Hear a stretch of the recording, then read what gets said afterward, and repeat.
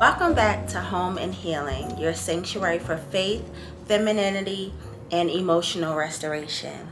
So if you're new here, hey, and if you're returning, hey girl, hey.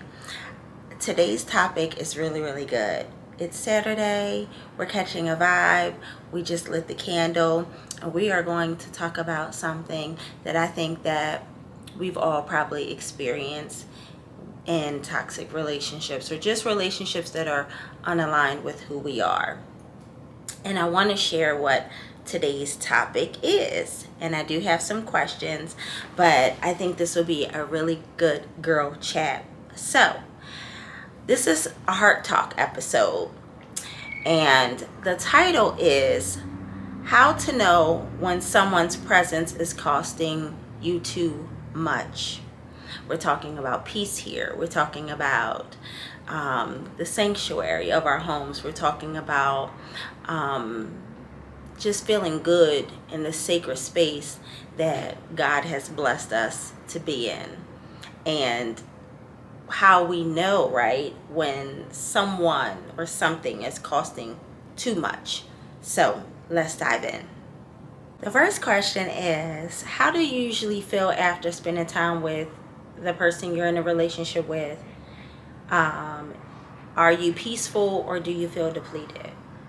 I'm definitely going to share with you my experience of how I knew that, the relationship cost too much or the person cost too much. But I definitely want to start out with that question. How do you usually feel after spending time with the person? Do you feel peaceful or depleted? Well, I have to give y'all a story. So, how I knew is my peace was taken. I create a beautiful home environment for me and my children and my pets.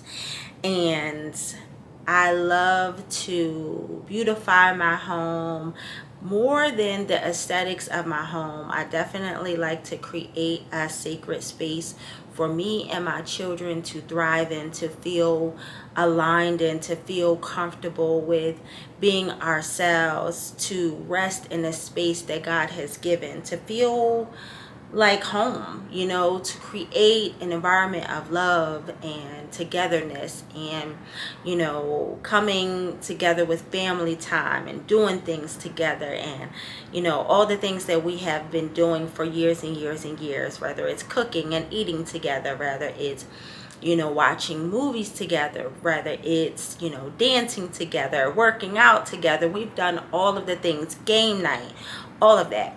And how I knew that someone was costing me too much is allowing that someone that I was in a relationship with to dwell in this sacred space, to live in the sacred space. Something that I really did not want to do because I wanted to do things decently and in order, being either engaged to be married or to be married. But under certain circumstances, I allowed someone to move into my space because of the situations that they were going through in life. And given that I was in a relationship with them, I allowed it to happen. It's something that I wanted to see through. And so when they came into my home, I realized there was an energy that shifted the atmosphere. I realized that I couldn't be my natural self. I realized that there were some disciplines, some spiritual disciplines, that I practice, and even some sacred moments that I had with myself that I no longer would do. Example, I would spend time, in prayer, and I would spend time meditating. I would spend time catching a vibe with lighting my candles and turning on, the backdrop, like the YouTube backdrop of like an aesthetic, right? Whether it's whatever season it's in, I would just turn my TVs on and kind of set the atmosphere. I would journal, I would spend time reading, I would do certain things that would produce more self-care and really practice that self-care and that time to like refuel, and I stopped doing those things. I tried to get into those things, but it was always like this person was never in the right place at the right time.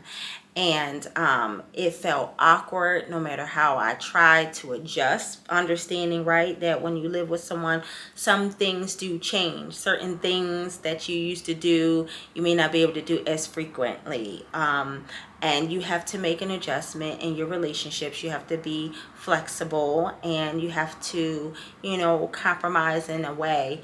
And I tried all of those things, right? But I just never felt like myself. I felt like it was so unnatural for me to do the things that I never gave any thought. Like I was just, these were the routines, these were some of the activities that I've enjoyed, and I would just do them naturally, and I could not do it anymore. So that's how I knew.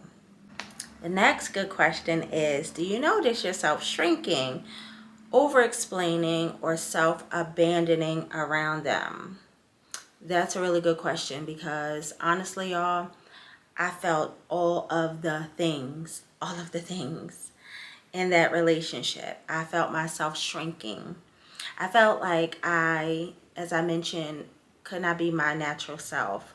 The things that I desired to do and have been practicing and have been doing in my daily activities and my spiritual disciplines, I no longer felt free to do them. I didn't feel like I had the freedom to be myself. I definitely felt like I was over explaining every time I wanted to do something, or certain things that I've expressed. I had to walk on eggshells and over explain and clarify so many different things. There were times that I was sat down like a child, pretty much every day, to have these deep conversations. And I feel like usually it's the woman who always want to have these talks, like let's talk, let's talk. But no, it was the total opposite. I was always sat down and let's talk about this, let's talk about that. There's nothing really to talk about that's that deep that you have to sit me down every single day to talk to me like I'm a child. I understand, relationships are built on great communication, and one should be able to express themselves and communicate. But the excessive conversations that leads to nowhere was just totally not a good use of my time. It was totally unnecessary, and it definitely was draining me. I was over explaining, it was shrinking me, and I felt like I was abandoning myself on so many levels.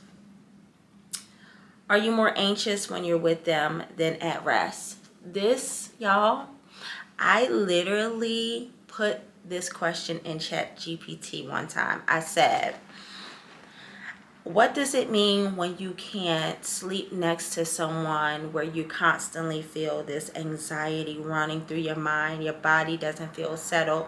What does this mean? And ChatGPT gave me, some insight on what it means. And honestly, I knew what it meant, but I wanted to hear it from another source or resource, because sometimes, I could be tripping, and sometimes we think we tripping when really that's really the reality. So I asked, and they delivered, and basically was saying that I don't feel safe. My nervous system doesn't feel safe around this person. I'm easily triggered around this person. There is something going on where I'm not able to rest, and where it creates all of this anxiety. And listen, let's talk. Can we talk? I used to have so much anxiety around this person that I used to just cry, because I used to feel so overwhelmed, so flustered. And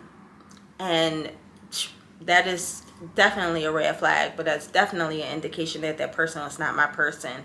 No matter how hard I tried, I was like, why do I always feel unsettled around this person? Why do I always feel anxious? Why do I always feel stressed out? Why do I feel like I'm going to break down because this person is in my presence? There's something that I can't really explain, but it's also something that I can't shake. Like, I know it's there, right? Like, I know it's happening. And I used to feel so anxious, whether they were in my presence or even on the phone or even through a text message. And that was an indication for me that this person, no matter how they professed their love to me, they were not my safe space. I didn't feel safe. I didn't feel like it was sacred. And I definitely didn't feel any peace. And that to me was a sign. So make sure you drop down in the comments and let me know what it is for you. You know, what are some of the things that you've experienced that were anxieties for you, that you just felt like, I am always unsettled around this presence. This presence is heavy and I have no peace. I want to hear back from you so that we can have this conversation, because, you know, this video and these videos are for us to really self-reflect and really take an assessment and even some accountability, you know, and even just be relatable, right? On the things that we've gone through that are so similar, and we can share some tips in the comments on how to get through it or what we've done to help us overcome, you know, these types of situations. So girl, drop down in the comments and let me hear from you. We are going to get into a deeper question, because some of those questions that I asked, they were more like awareness questions, but this is like emotional cost type of questions. All right, so have you started doubting yourself because of this relationship? So are there things that you believed in yourself about, things that you wanted to do, or just thoughts that you've had that you owned, that were your own, right? That you're starting to doubt now being in this relationship, because you feel like, I always have to question myself. Is this really happening? Did I really understand this? Did I really have clarity about this? Am I really feeling and seeing what it is that I'm feeling and seeing? Or is this all an illusion? Like, am I just delusional? You know what I mean? For me, I started to doubt myself. I started to feel very unsure. And I want to share this. Now, this is a little Tyler Perry tea. But in the movie Family Reunion with Dr. Maya Angelou, who was in the movie, there was a line in the movie, and she said, one thing that love isn't is unsure. And y'all know that movie is like 15 years old. I don't even know. But I've never forgot that line. I've always carried that. And I was like, dang, that is so true. Love isn't unsure. Love is very sure. And when you have to doubt yourself and doubt if this person is genuine, and they came into your life and the right reasons, and they have no motive and no hidden agenda, and their intentions are pure, and they come to be peace, and they come to be love, and they come to align with you, you're going to feel sure. You're going to rest in a knowing, that peace that surpasses understand. Like, you're going to know. And when you feel like you're starting to doubt yourself, and you're starting to doubt your thoughts, and you're starting to doubt your abilities, and you're starting to doubt that, is this really right? Is this really real? It's usually not. Okay? I know that's a hard pill to swallow, but it's usually not right. So that's what happened to me. And I want to hear how, what happened to you. Like, if you started to doubt yourself, or question, whether God sent you someone, or if this is the right time, right season, right person, or even doubt within yourself, am I making the right decisions? Do I feel what I feel? Like, the feelings that I feel, are they right? The thoughts that I think, are they right? When you start to doubt yourself so much, God says he's not in the author of confusion. So any confusion and chaos that you might be going through within your mind, with this person being in your proximity and being attached to you, 9 times out of 10, it ain't it. All right. what emotions, okay, I'm not even going to ask that, because it was, what emotions do you have to suppress to keep the connection? That's kind of like what we were talking about. And I've definitely had to do that, like suppress my emotions, suppress how I feel, because I didn't feel seen, I didn't feel heard. It was a lot of gaslighting, it was a lot of love bombing, it was a lot of like, that's not really how you feel, that's not really, what you should be thinking. You're letting the devil win, like you're letting the devil, sabotage this and that, instead of this person owning who they are in this moment and taking accountability in this moment. Is like, you're letting the devil win. You're letting the devil break this family up. You're letting these things happen. You're letting your mind go this way and that way. And it's like, no, no, no, no. I feel how I feel, and I know what I know. All right. Let's skip over to boundaries and self-worth questions, right? These are really, really good. Okay. Are you staying because of love or fear of letting go? I want to answer that question. I was entangled in bondage, right? An emotionally bound relationship, a soul tie relationship, trauma bonding with someone for a very, very long time. And though we had this 10-year break where I've dated and been in relationships, and he lived his life and did whatever he had to do and whatever he had to go through, but I still had this emotional entanglement with this person, and I felt like I stayed connected to this person because of the number of years I've known this person, from childhood to adulthood, and having a child with this person, and feeling like obligated and feeling like I should have committed myself to this person because we're family and we need to look out for each other. And whenever I was not in a relationship, it just seems that that was the person that I was comfortable enough to go back to see what it was going to be, but it was never fulfilling in any way. And I felt like I stayed for the wrong reasons. And there was a fear of, am I walking away from my person? Do I need to humble myself more? Do I need to give this more time? Do I need to really give this over to the Lord? Do I really need to continue to pray and fast? Do I need to, fight for this for my child, or to have this ideal family that I desired, in this home life that I desired? I fear all of those things, but I also had to acknowledge and honor the fact that I felt what I felt, and I've seen what I've seen, and I experienced what I experienced, and I know what I know.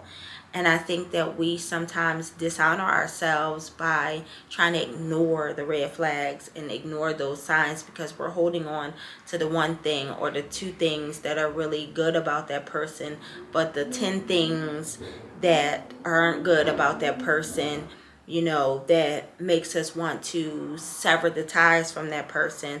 Somehow we hold on to the two things versus seeing the 10 things or the 8 things that they do that are so bad, so low, so unaligned with who we are and the love that we desire, and the worth, the love that we're worthy of experiencing. So I want to hear from you. Let me know in the comments if you've experienced that, if you stayed because of love and it was love, that this is a God thing, that this is what God has for you, or are you in fear? And you could be at this place even now. Are you in fear of letting go because you feel unworthy of, feeling like you don't deserve better, or you are unsure if someone else is going to find you worthy or have a desire to be with you, like, I want to, this is a deeper question, y'all. This is like, let's peel back the onion question. Let's get to the core of like self-worth, because sometimes we stay because we don't believe that there's anyone out there better for us. And even if there isn't anyone out there better for us, sometimes we believe that we don't deserve happiness and joy and peace and fulfillment within ourselves, by ourselves. And so we stay trying to make something work rather just enjoying this sacred time, this sacred space, this, this sacred opportunity that we have with God and with ourselves. That's tea. So I want to share, in closing, like one or two more questions, but maybe I'll lead with one strong question. Who were you before this connection, before this relationship came about? What were you doing? How were you feeling about yourself? What are some of the desires you've had? What are some of the spiritual practices and disciplines you had? What were your daily activities? What friends were around? What were you doing before the connection? Because oftentimes I feel like we lose ourselves being wrapped up in situations that we try hard and we try desperately to make work. And that is also an indication that that person isn't aligned with you, and that's not the right person, because the right person will naturally fit in, and flow with your life, right? It will fit and flow with our lives, where we don't have to make all of these adjustments and make all of this room and try to figure out, okay, am I going to still have time for all the things that I've been doing and the friends that I have and the family that I enjoy being around, to be with this person. They will kind of like seamlessly like intertwine into your life, right? They will flow into your life. They won't be forced in your life. And just think back on, who you were before this connection, how you felt about yourself before this connection. Did you feel better about yourself before the connection, or did you feel worse about yourself after the connection? And these things will be an indicator, if this person is for you, if they're not for you, and if ultimately you need to, reset and take a step back and, align yourself with who you are at the core, and, and trust that the right person at the right time will divinely align with you, with the things that you deserve, your worth, the things that you desire. So just think back, because I think we neglect this. We get so caught up in the relationships and the day to day. I have to be this to this person. I have to do this. I do that. We just start playing a role and forget about who we are, and forget about our assignments, and forget about, what we were doing and how we were feeling and what joys we've had and what we've been, and these are some of the things that I brought up in the early part of the video, but I want to leave you with that, because that's a heavy question that I feel like we should take some notes on. And you can actually write a list of pros and cons. You can actually write before and after. That is perfect. Before and after. And then really start to compare the notes to see, who you were then and who you are now, and what version of yourself you really, really love being in that connection. Is that good? I hope that's good. I will be doing more on this channel with home and healing. We will possibly be cooking together in the home and having these conversations over wine. We will be, doing things that is going to produce that healing, that, safe space, this sanctuary of love and healing and joy and peace and all of the things like that. So if you enjoy these types of videos, make sure you drop down in the comments, let me know. Make sure that you subscribe, so that you can be notified when I upload every Saturday. And let me know what you like and dislike about the video, and also let me know what topics you want me to bring to you all, and we can have that conversation. I love to hear from you. Make sure you subscribe. I love for you to be a part of the family. And until next week, we will continue the conversation in the chat. How about that? So thank you for watching Home and Healing with Cherie, Dominique, and you all be well. Bye.